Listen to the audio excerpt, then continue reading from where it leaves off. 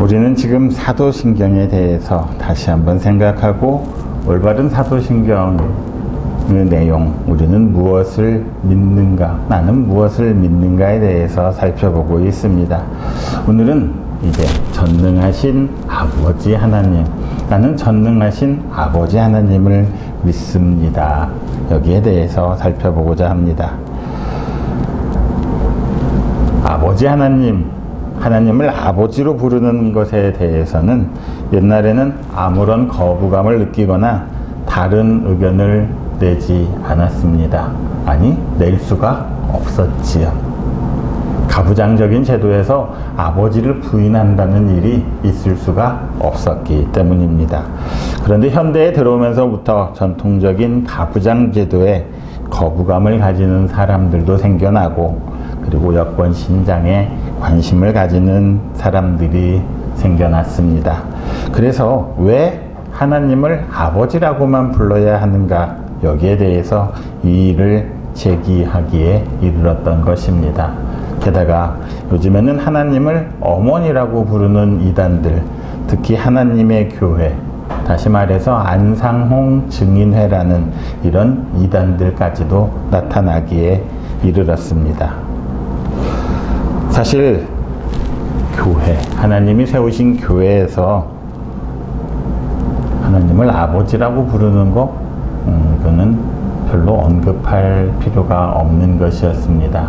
특별히 하나님의 교회에서 그들이 하나님을 어머니라 부르는 것, 그것은 언급할 가치가 없습니다. 왜냐하면 하나님을 어머니라고 하는 표현은 성경에서는 직접적으로는 한 번도 언급한 적이 없는 표현인 것입니다. 그런데 하나님의 교회 얘기를 굳이 하는 것은 이 하나님의 교회가 포교하는 방식, 그들이 성장하는 방식이 상당히 우리가 기억을 좀 해야 할 필요가 있기 때문입니다. 그들은 대개는 기존의 교회들을 경매로 받거나 속여서 매입하는 경우가 많습니다. 어제까지는 교회였었는데 어느 날 갑자기 하나님의 교회로 그렇게 바뀌는 일들이 있다는 것이지요.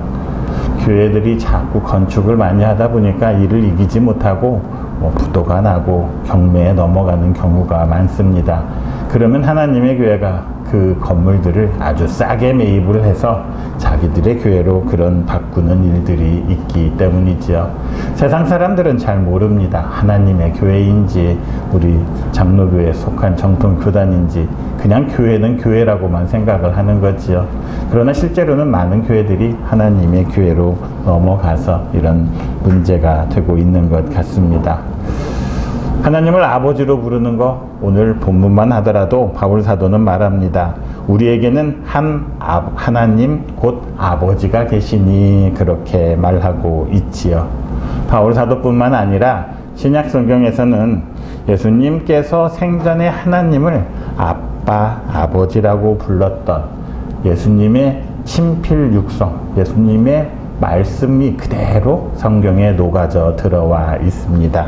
그런 곳이 3군데가 있습니다. 그래서 한 군데씩 찾아보고자 합니다.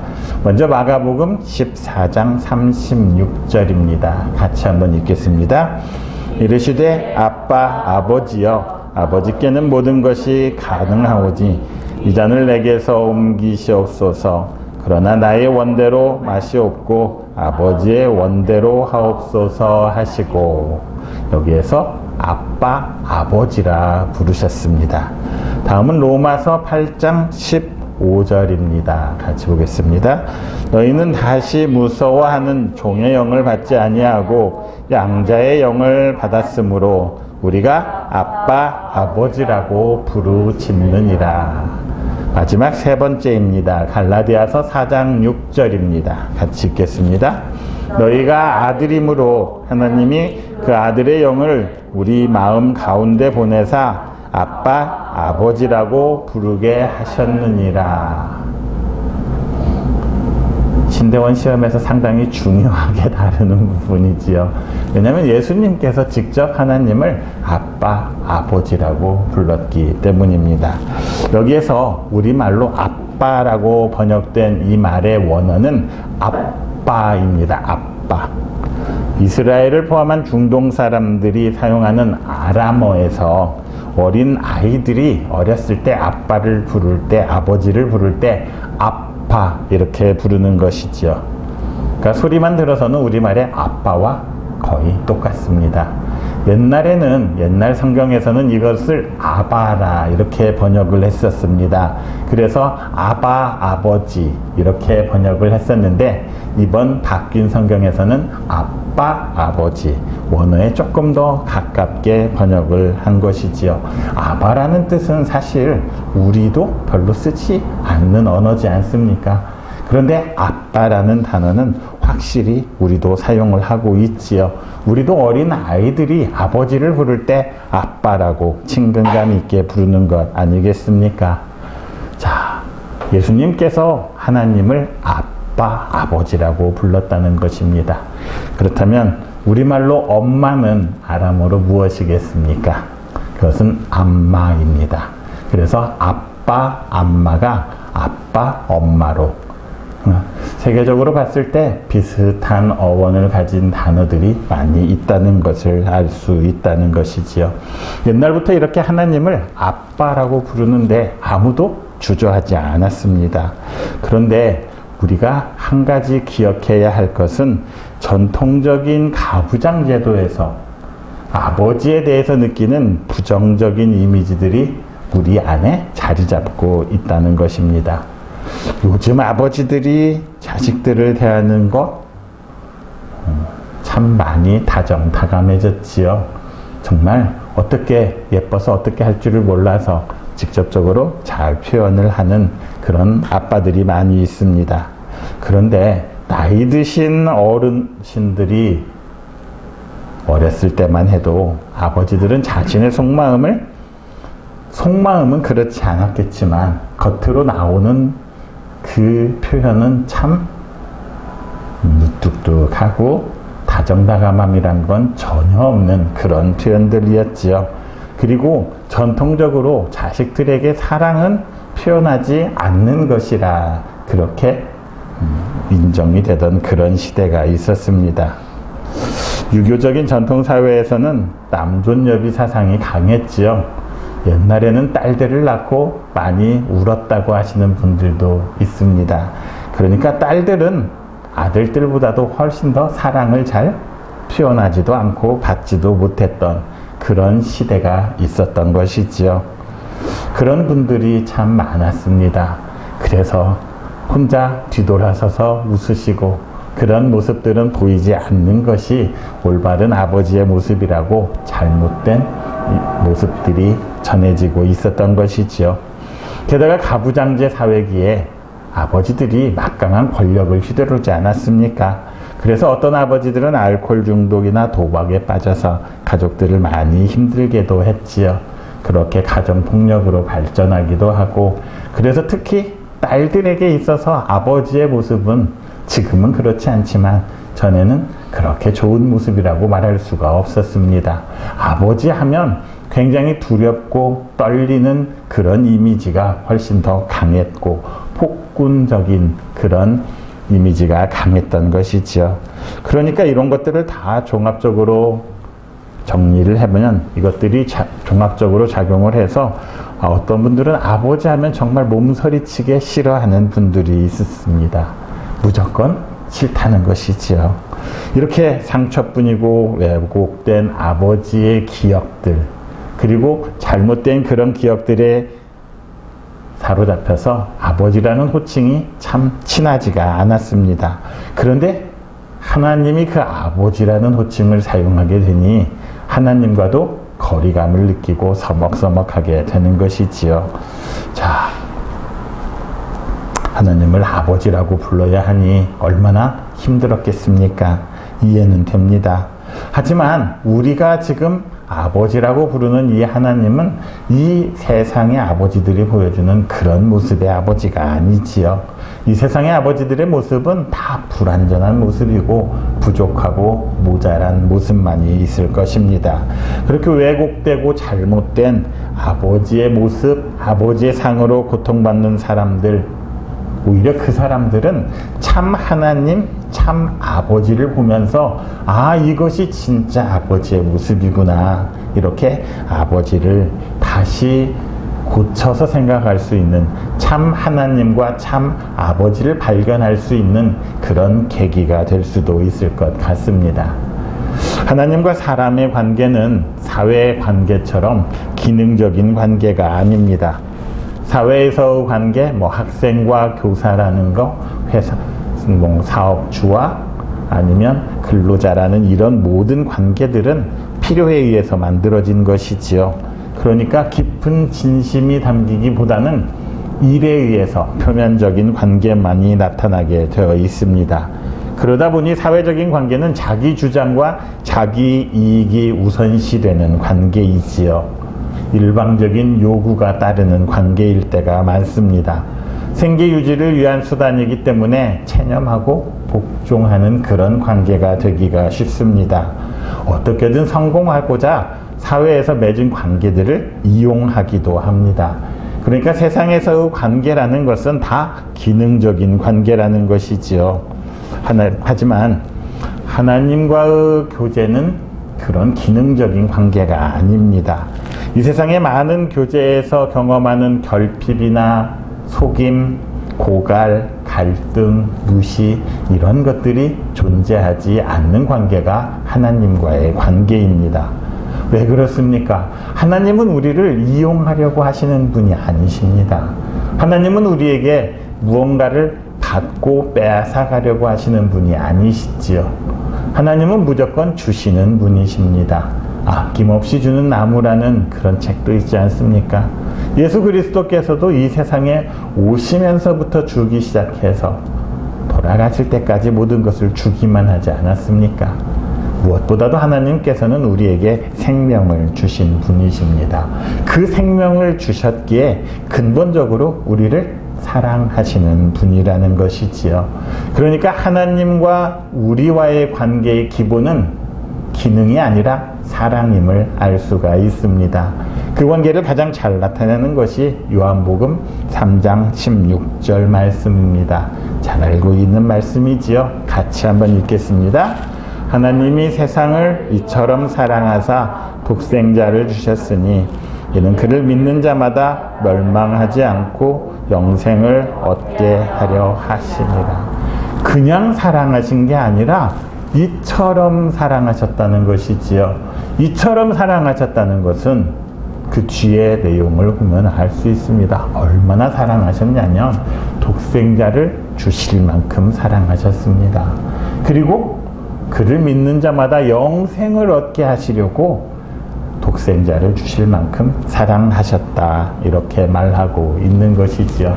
하나님 아버지의 사랑이 이 정도라는 것이지요. 세상보다 더 크고 강한 사랑이 하나님의 사랑임을 말해주고 있습니다. 우리가 부성애를 이야기할 때 가장 잘 알려진 동물은 가시고기입니다. 책으로도 나와 있고 잘 알려져 있지요. 알을 낳고 어디론가 사라져버린 엄마 가시고기 대신에 아빠 가시고기는 새끼들이 자랄 때까지 온갖 적들과 싸워가면서 새끼들을 돌보지요. 그리고 다 자란 새끼들이 이제 자기 곁을 떠나고 나면 새끼들을 키우느라 온 영양분과 진액이 빠져버린 아빠 가시고기는 바위틈에 머리를 박고 죽는다고 합니다. 자신의 진액이 빠져나가는 것도 모르고 자식들을 기르느라 그렇게 동분서주했다는 것이지요. 자, 이 가시고기 말고 요즘에는 황제 펭귄도 또 부성애를 나타내는 동물들로 알려지고 있습니다. 황제 펭귄은 남극에 삽니다. 남극에 사는 펭귄 중에서 가장 크고 체중이 많이 나가서 황제 펭귄이라고 한답니다. 자, 그런데 그가 유명한 것은 부성애지요. 남극은 보통 영하 60도 정도의 극한의 추위에서 150km 정도의 강풍이 몰아친다고 합니다. 그러니까 이런 날씨에 알을 딱 낳아 놓으면 2, 3초만 지나면 그 알은 얼어버려서 부화할 수가 없다고 합니다. 자, 황제 펭귄은 이런 혹독한 남극의 환경에서 그 알이 건강하게 부화하게 하기 위해서 암컷이 알을 낳은 후부터 한 4개월 동안을 자기 발등 위에 알을 올려놓고 배로 그 알을 덮어서 따뜻하게 알을 품는다고 합니다. 그동안에는 먹지도 못하지요. 오직 알을 품어서 부화를 시키는 데만 매달려야만 합니다. 그래서 알이 부화되고 나면 거의 체중의 반절 이상이 빠질 정도가 된다고 합니다. 자, 그런데 알이 부화되고 나면 이 추위와 허기에 지쳤던 아빠 펭귄은 또 해야 할 일이 있습니다. 그 새끼에게 먹을 것을 찾아다 줘야 되지요. 먹이를 찾으러 먼 바다로 나가다가 쓰러져서 죽는 펭귄들도 많이 있다고 합니다. 그 시체 위로 남극의 그 차가운 눈이 소복하게 쌓이는 그런 장면들도 영상으로 보여지고 있습니다. 결국 황제 펭귄이나 가시고기는 자기가 죽는 줄도 모르고 자기들의 새끼들을, 자녀들을 키우느라 정신이 없는 것이지요. 이런 가시고기보다도 펭귄보다도, 아니 사람보다도 더한 아버지 부성애를 가지신 분, 바로 우리 하나님이시라는 것입니다. 그러니까 하나님의 사랑은 말로 표현할 수 없는 크신 사랑이라는 것이지요. 하나님께서 그 가장 큰 사랑을 보여주신 곳, 아버지의 큰 사랑을 보여주신 곳이 어디겠습니까? 그것은 다름 아닌 십자가입니다. 그리고 부활이지요. 십자가와 부활을 통해서 보여주신 하나님의 부성에는 몇 가지 특징이 있습니다. 첫 번째로 하나님 아버지는 그런 사랑을 가진 친밀하신 분이라는 것입니다. 앞에서 아빠라는 단어를 설명했지만 이렇게 아빠 또는 아빠라고 부르는 이런 관계에는 서먹서먹하거나 주저함이 없습니다. 무엇이든지 말할 수 있고 무엇이든지 가깝게 친밀하게 지낼 수 있는 것이지요. 앞에서 마가복음 14장 36절을 보았지요. 이것은 예수님께서 십자가상에서 하나님을 부르시는 장면입니다. 하나님을 그 자리에서 아빠라고 부르고 있는 것이지요. 죽음을 앞둔 상황에서 가장 먼저 부르는 말이 아빠였던 것입니다. 그러니까 나는 지금 죽을 것 같은 이런 위급한 두려움의 순간에 있지만 하나님은 나의 아버지로서 저 멀리 계신 분이 아니라 아빠처럼 친근하게 나와 함께 계시는 분이라는 것이지요. 우리가 이 세상을 살아갈 때 정말 내 옆에 아무도 없는 것처럼 느껴지는 바로 그 순간에도 우리의 아빠, 아버지 하나님께서는 나와 함께 하시는 친밀하신 분이라는 것입니다. 그렇게 친밀하신 분이기에 내가 아플 때, 고통을 당할 때 나의 투정도 받아주실 수 있고 내가 편하게 아프다고 말할 수 있는 그런 분이라는 것이지요. 하나님은 존경과 경외의 대상이시기도 하지만 우리에게는 아주 친밀한 아빠임을 잊지 않는 여러분들이 되시기를 바랍니다. 어렵고 힘들 때 홀로 견디고 이겨내려고 하는 것이 아니라 나에게 계신 아빠, 아버지 그 친밀하신 분께 나의 속마음을 털어놓는 여러분들이 되시기를 바랍니다. 둘째로 하나님 아버지께서는 베푸시는 분이십니다. 이방의 신들은 대체로 공포와 두려움의 대상이었습니다. 그래서 대개의 사람들은 그 신 가까이에 가려고 하지를 않았지요. 큰 태풍을 일으키거나 소용돌이를 일으켜서 사람들을 다 잡아가는 그런 신이 옛날 대부분의 신이었습니다. 그래서 그 신을 노하지 않게 하려면 그 신의 화를 가라앉히려면 사람을 바치기도 하고 귀한 것들을 바쳐야만 했던 것이지요. 그렇게 해서 생겨난 것들이 제사입니다. 그 제사에 사람을 제물로 바치기도 하고 살아있는 소를 바치기도 하고 그랬던 것이지요. 그런 신들은 기본적으로 포악한 신이었습니다. 그러니까 세상 많은 사람들에게 자기에게 바칠 것을 요구합니다. 세상의 좋은 것들, 화려한 것들을 가지고 오라고 하고 사람의 목숨도 요구하죠. 하지만 하나님께서는 그렇게 요구하시는 분이 아니십니다. 미리 준비해 주시고 베풀어 주시는 분이시지요. 여호와 이레의 하나님은 바로 그런 뜻입니다. 다른 신들은 나에게 내놓으라고 하지만 하나님께서는 미리 준비하시고 베풀어 주신다는 것입니다. 오히려 우리의 필요를 아시고 우리의 부족한 것을 아시고 우리를 채워주시는 분, 우리의 생명도 채워주시는 분, 우리에게 영생을 베풀어 주시는 분, 바로 그 하나님이 우리의 아버지라 이렇게 말하고 있는 것이지요. 셋째로 하나님은 용서하시는 분이십니다. 하나님의 용서가 없었다면 우리는 죄에서 벗어날 수가 없었겠지요. 그 용서로 우리는 죄에서 해방되고 우리의 상한 심령이 치유되는 것 아니겠습니까? 우리의 죽어가는 심령들이 소생하게 되는 것, 그게 바로 하나님의 용서가 있기 때문입니다. 그분은 심지어는 우리를 살리기 위해서 하나뿐인 독생자 예수 그리스도까지 내주시는 분 아니겠습니까?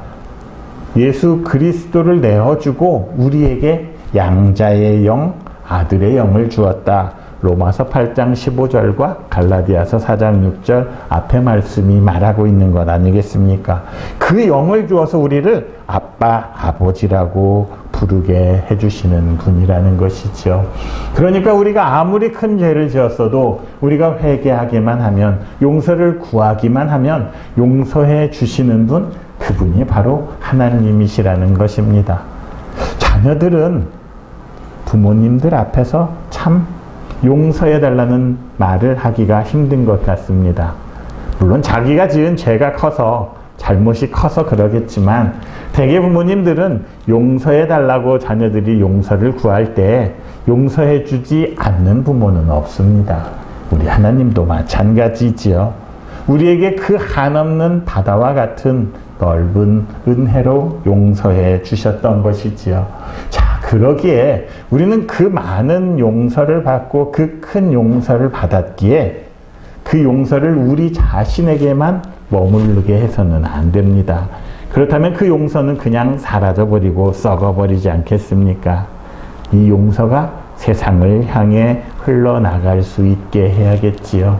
이웃을 향해서 흘러나가게 하고 세상을 향해서 흘러나가게 하는 바로 그것이 교회들이 해야 할 일일 것입니다.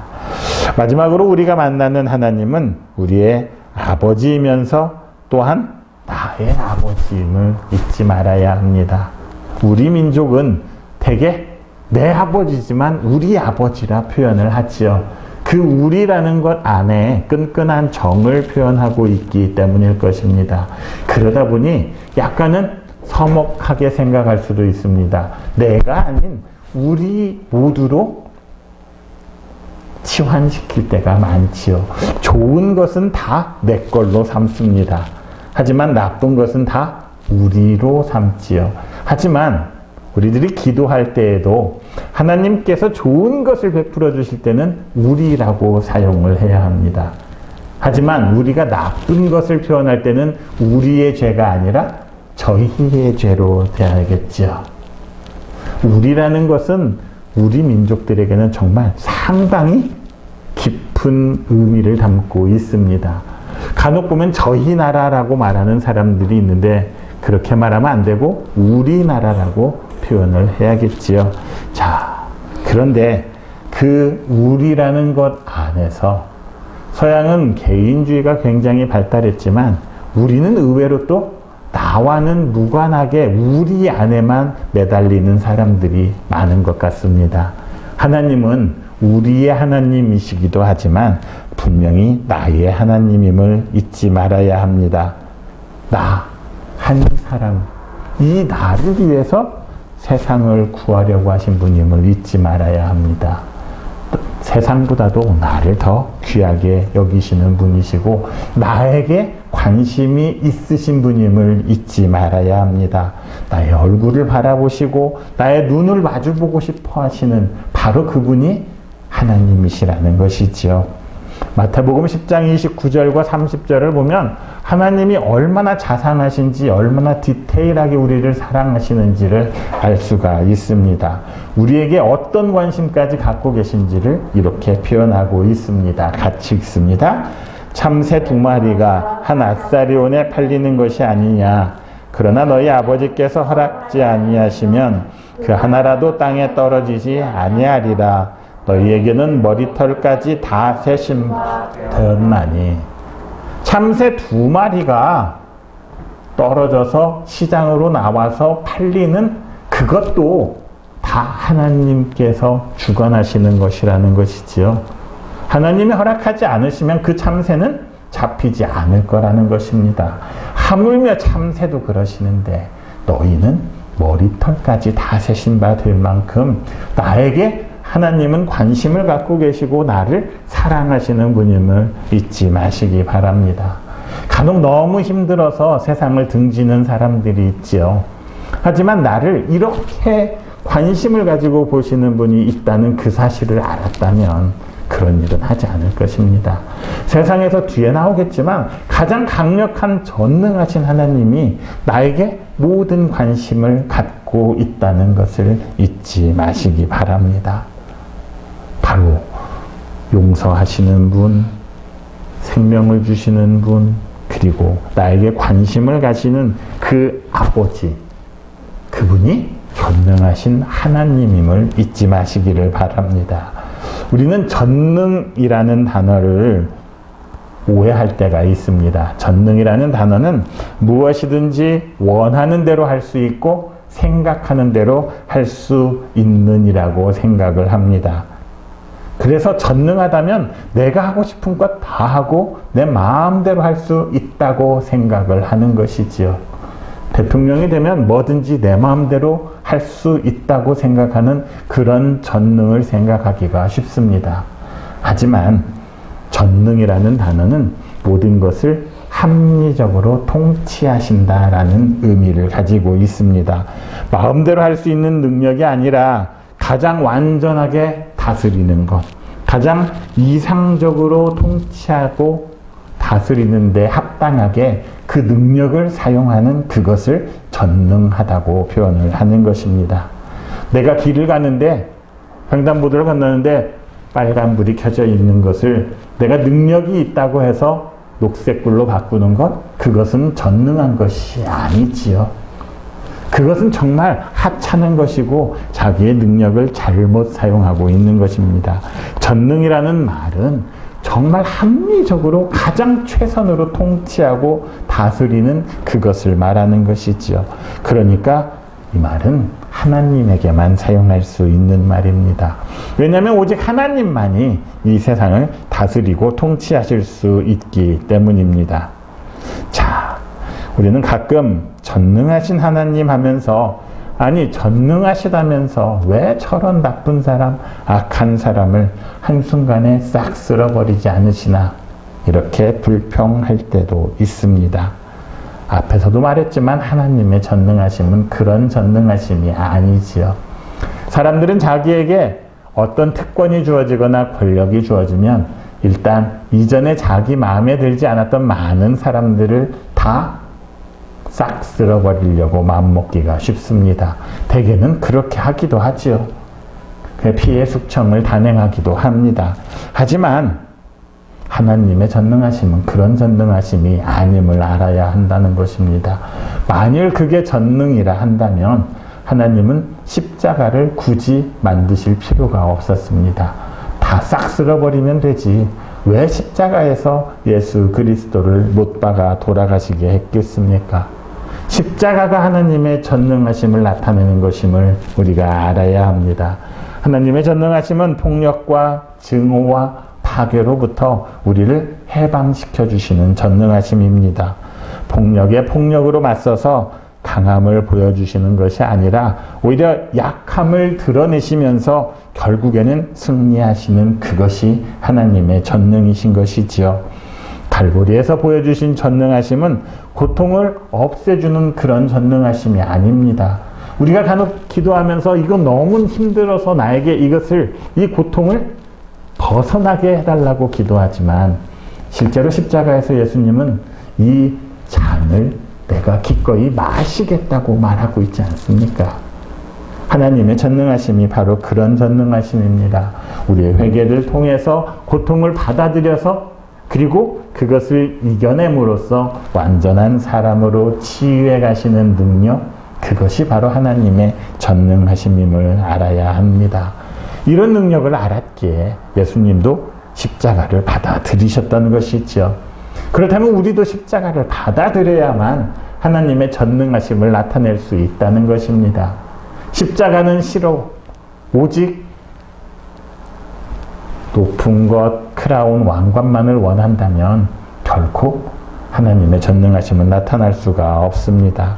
그러니까 하나님의 전능하심을 우리가 제대로 이해하고 있다면 조급해하지 않겠지요. 과격해지지도 않을 것입니다. 분노하거나 흥분해서 벗어나서 오히려 인내하면서 소망 가운데 살아갈 수 있는 것입니다.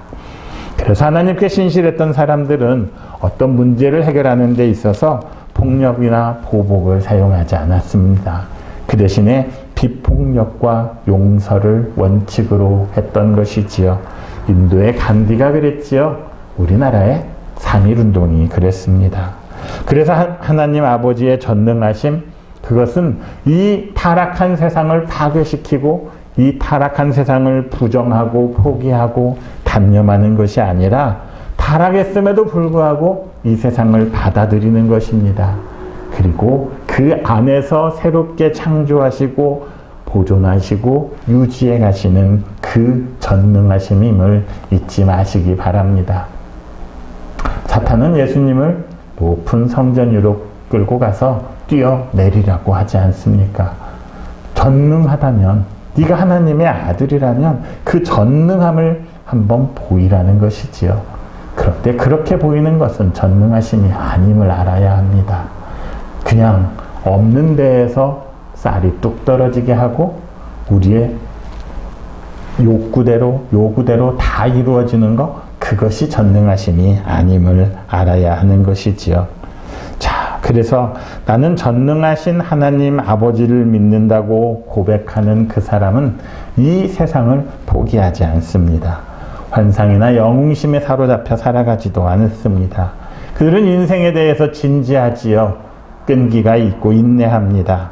전능하신 아버지 하나님께서 이 세상을 새롭게 창조하심을 믿기 때문에, 새롭게 보존하시고 유지하심을 믿기 때문에 이 세상을 배척하지 않고 오히려 이 세상을 끌어안고 기도하며 나아가는 것입니다.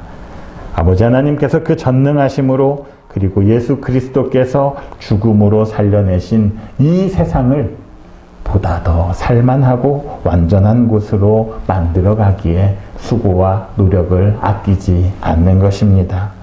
우리가 입으로 전능하신 아버지 하나님, 천지의 창조주를 믿는다는 그 고백, 이제는 우리의 삶을 통해서 삶의 열매로 드러나는 고백이 되기를 원합니다. 전능하신 하나님을 믿는다는 것이 내 마음대로 하는 것이 아니라 정말 가장 우리에게 좋고 합리적으로 우리를 다스리고 통치하시는 그 하나님이심을 잊지 말기를 바랍니다. 우리 새날교회 성도 모두가 전능하신 하나님을 나의 하나님으로, 나의 아버지로 고백하면서 그 고백이 삶의 고백으로 나타나기를 예수 그리스도 이름으로 축원합니다.